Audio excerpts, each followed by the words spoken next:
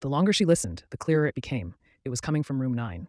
Her curiosity burned. At 11:55 p.m., she crept toward the forbidden door. Its paint was chipped and strange marks scarred the wood, as though something inside had clawed to get out.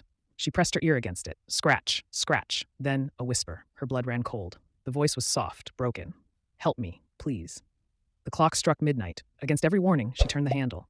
The door creaked open, revealing only darkness, thicker than night, swallowing the flicker of her lantern. She stepped in, and the door slammed behind her. Inside, the air was heavy, damp with the smell of rot. She lifted her lantern, and for a heartbeat, she saw them. Faces, dozens of them, etched into the walls, their mouths open in silent screams, their eyes wide with endless terror.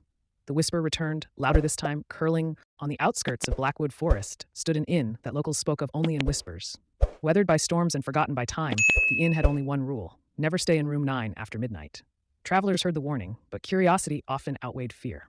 None of those who dared to break the rule were ever seen again. Lena, a history student with a taste for the unusual, arrived at the inn during a cold autumn night. The innkeeper, an old woman with hollow eyes, greeted her quietly.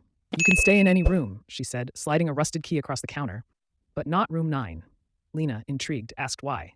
The old woman only shook her head. "It doesn't like being disturbed." The words haunted her. That night, Lena settled into room 7. But the wind howled, the inn groaned, and from down the corridor she swore she heard a faint scratching sound. Around her like smoke. "Join us." Her lantern shattered, plunging the room into complete blackness.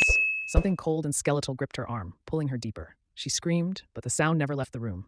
The next morning, the innkeeper walked the silent halls.